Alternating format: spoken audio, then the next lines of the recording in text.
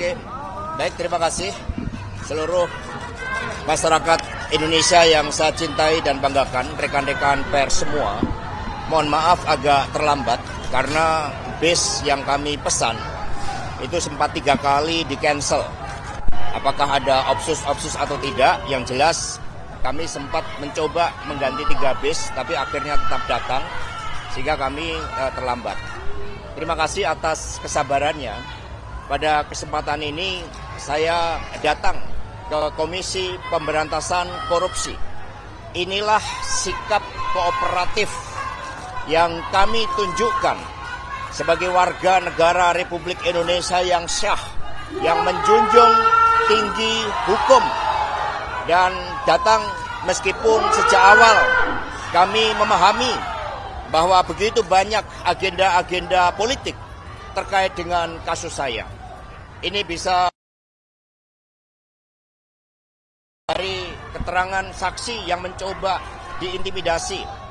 Bahkan saudari Tio pun itu tidak bisa berobat ke luar negeri melanjutkan pengobatan atas derita kanker yang dideritanya hanya karena tidak mau menyebutkan nama saya.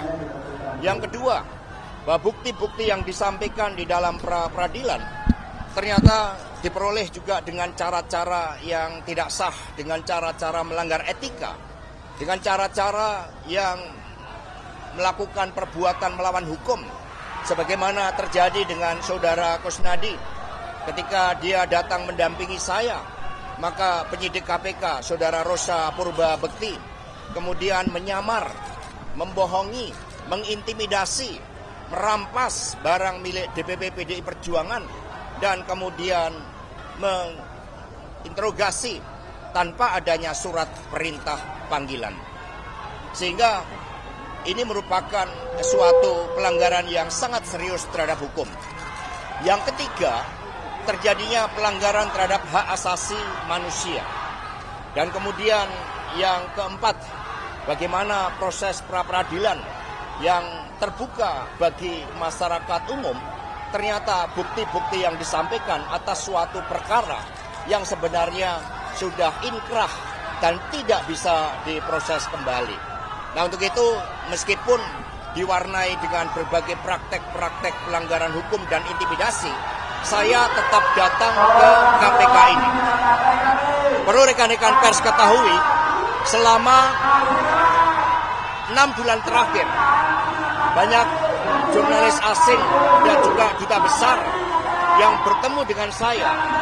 Mereka mempertanyakan tentang kegelapan demokrasi di Indonesia ini. Mereka begitu prihatin dengan kegelapan demokrasi ini hanya karena ambisi kekuasaan.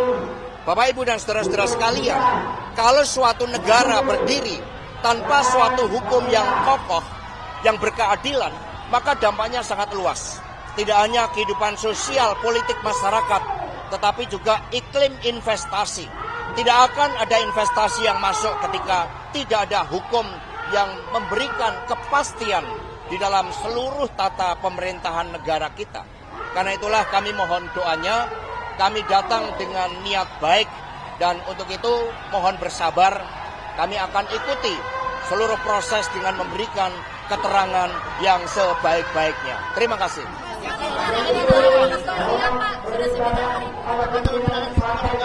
Ya, udah siap lahir batin. Ada pesan dari Bu Mega?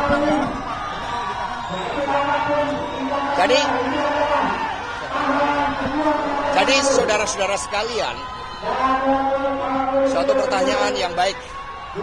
Bagaimana kalau saya ditahan? Rekan-rekan semuanya, Republik ini dibangun berdasarkan hukum yang berkeadilan. Itu konsepsi awalnya. Karena itulah ketika itu terjadi, semoga tidak, ya ini saya yakini akan menjadi pupuk bagi demokrasi.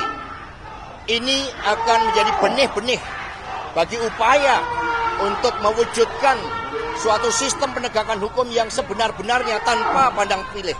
Karena itulah kami meyakini, karena kami dilatih untuk berjuang dengan keyakinan. Saya tidak menjabat sebagai pejabat negara. Tidak ada kerugian negara terhadap kasus yang mencoba ditimpakan kepada saya. Sehingga kalau penyimpangan dan penyalahgunaan kekuasaan itu terus-menerus akan digunakan, saya meyakini bahwa benih-benih demokrasi, pupuk-pupuk demokrasi untuk mengoreksi kekuasaan yang zalim itu akan semakin besar. Terima kasih. Baik, terima kasih rekan-rekan pers. Masyarakat Indonesia yang saya cintai dan banggakan. Terima kasih. HP turun. Kooperatif memenuhi tanggung jawab sebagai warga negara Republik Indonesia yang siap mengikuti proses pemeriksaan dan ada 62 pertanyaan yang saya jawab. Dari penyidik KPK juga sangat ramah, sangat kooperatif. 62 pertanyaan itu berkaitan dengan persoalan-persoalan yang sudah inkrah, sehingga tidak ada hal yang baik yang di dalam pertanyaan, bahkan banyak juga yang mengundang pertanyaan itu. Karena itulah sejak awal saya katakan bahwa sebagai sekjen PDI Perjuangan, saya dengan kepala tegak siap menerima konsekuensi apapun bagi Indonesia raya kita. Karena Indonesia dibangun dengan pengorbanan jiwa dan raga. Kita adalah negeri pejuang. Sehingga saya tidak pernah menyesal. Saya akan terus berjuang dengan api semangat yang menyala-nyala. Semoga ini menjadi momentum bagi Komisi Pemberantasan Korupsi untuk menegakkan hukum tanpa kecuali, termasuk memeriksa keluarga Pak Jokowi. Terima kasih. Merdeka. Jangan lupa subscribe ya.